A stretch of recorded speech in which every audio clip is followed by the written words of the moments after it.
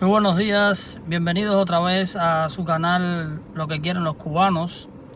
Ayer estuvimos hablando acerca de el periodo especial de que en su última comparecencia pública Díaz-Canel sacó a relucir el fantasma del periodo especial, y yo explicaba en ese video acerca de mi experiencia de lo que fue el periodo especial, evidentemente siempre enfocado en darle a entender o darle muchos elementos a las nuevas generaciones para que sepan qué fue el periodo especial en Cuba, y para que otras personas de diversos países conozcan qué fue esa terrible experiencia del periodo especial, para que estas cosas se eviten en un futuro y no vuelvan a ocurrir, no volvamos a caer en las mismas circunstancias de lo que fueron. Siempre resaltar que no fue nada glorioso y no fue nada de lo cual el pueblo de Cuba tenga que estar orgulloso para nada. Por favor, allí está, pueden registrarse si desean a nuestro canal, y también darle a la campanita para que reciba nuestras notificaciones. Así tendrá varios criterios acerca de la realidad cubana. Si a usted le interesa lo que es la realidad cubana, sea cubano o no, porque hay otras personas también que están engañadas por la inmensa propaganda del castrismo que ha diseminado a través del mundo. Ayer el canal quedó interrumpido. Este nuevo video lo llamo no más, nunca más, jamás. Esa frase judía que siempre ha acompañado al pueblo judío y que yo la uso también para que el pueblo de Cuba la haga suya y la lleve adelante, para que los errores o las erratas históricas no se vuelvan a repetir cíclicamente, ¿no? En el video anterior, nunca más jamás número 1, este será el nunca más jamás número 2. Terminé hablando acerca de la experiencia que yo tuve en el porque la etapa del periodo especial en los años 90 coincidió con mi estancia o con mis estudios en lo que se conocía como un preuniversitario en Cuba, que eran escuelas al campo, que eran proyectos de trabajo forzados para estudiantes, para adolescentes y demás. En esta escuela éramos alrededor de 300 o 400 estudiantes que estaban del 10º al 12 grado, en las edades de entre 14, 15, 16, 17, por allí. Esas eran las edades que oscilaban la mayoría de los estudiantes que estábamos allí. Sin embargo, en la época en que yo estudié hubo algo atípico, ¿no? Además de nosotros que éramos adolescentes entre los 14, lo decía, hasta los 17 años, también entraron o también unificaron la escuela con los proyectos de escuelas secundarias en el campo. Esto era mucho más lamentable, esto sí era mucho más triste, yo diría. A mí siempre me pareció una locura, aunque yo era un adolescente, pero tenía un poco de raciocinio, y me parecía una locura porque unieron los estudiantes adolescentes con los estudiantes que estaban entre el 7º, 8º y 9º grado, ¿no? La etapa secundaria, como se conoce en Cuba. Estos eran muchachos que tendrían 11, 12, 13 años, por allí.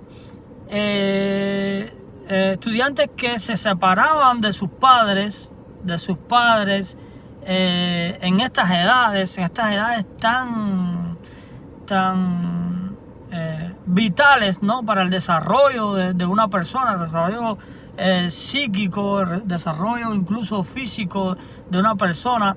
Estos estudiantes eran sacados del lado de sus padres e internados en estas escuelas al campo, ¿no? En estas escuelas al campo, y se les da una enseñanza secundaria, lo que es aquí en los Estados Unidos high school,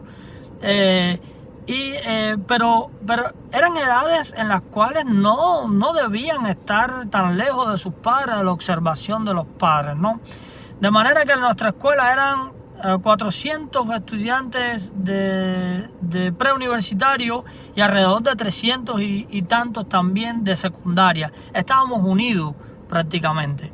Entonces estaba en albergues separados, pero en los mismos bloques. En el albergue de los varones estaban los varones del pre y estaban los varones de secundaria en el albergue de abajo, ¿no?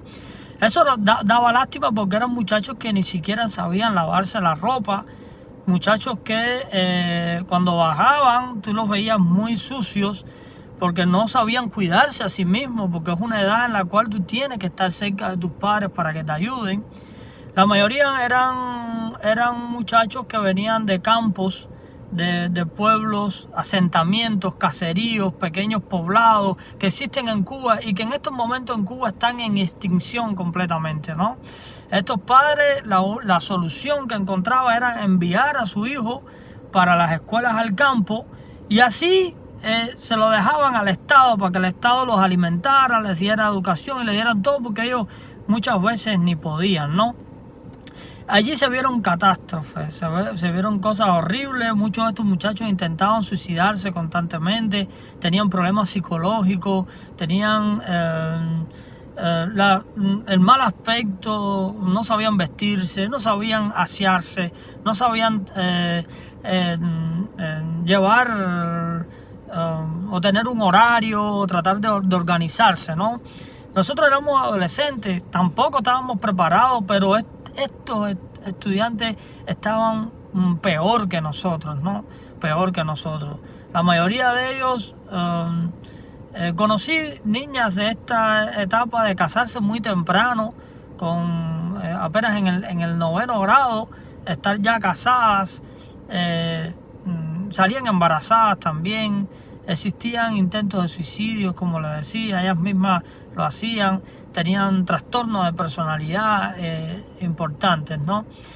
Lo más curioso es que éramos en total, entre los dos grupos, éramos alrededor de 800 estudiantes que se quedaban todas las noches durante 11 días, porque era una oncena en estas escuelas, y por las noches las únicas personas que se quedaban eran alrededor de 4 profesores para cuidar 800 estudiantes.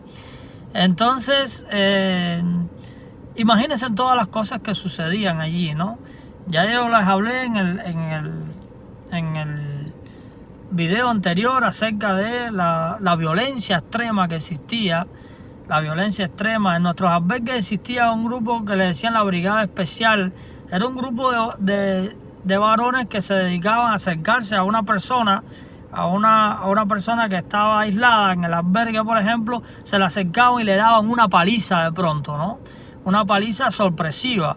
Era una cosa que tú no lo esperabas. A veces habían personas que se estaban lavando la boca en el baño y se le acercaban a este grupo de 7 o 8 personas, se le acercaban y le entraban a golpe.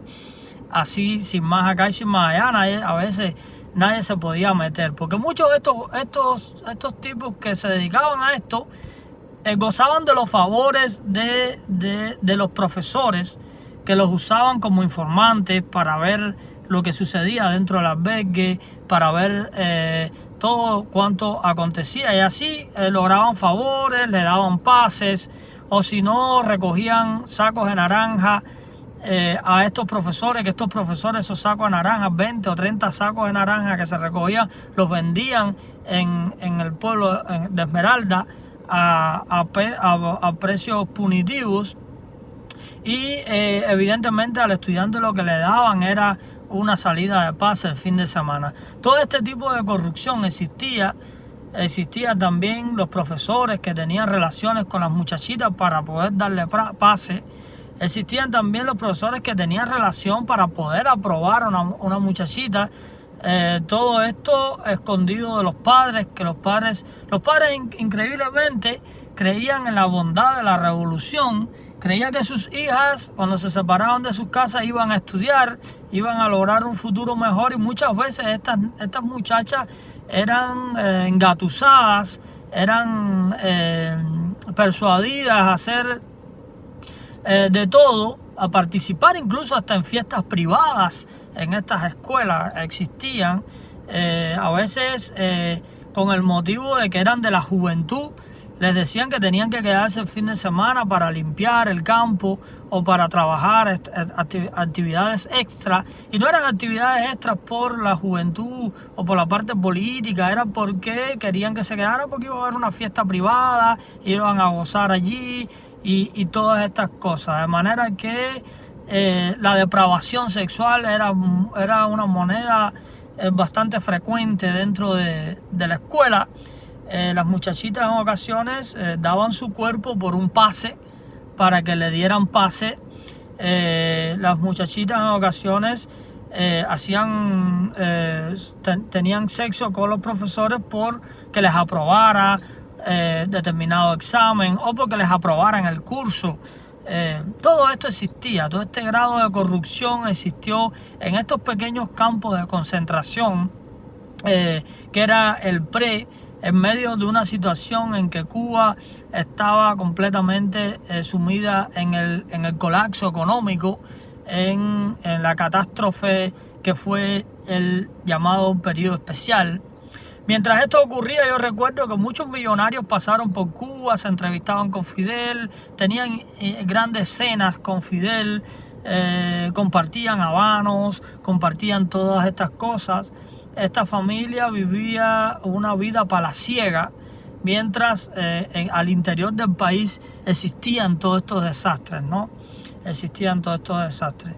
Muchas veces hubo intoxicaciones, que eso sería un tema también para investigar, de las intoxicaciones que existieron dentro de las escuelas, en las que los estudiantes se iban en diarrea, vomitaban, en la que los estudiantes también existían intoxicaciones fuera de la escuela, ¿no?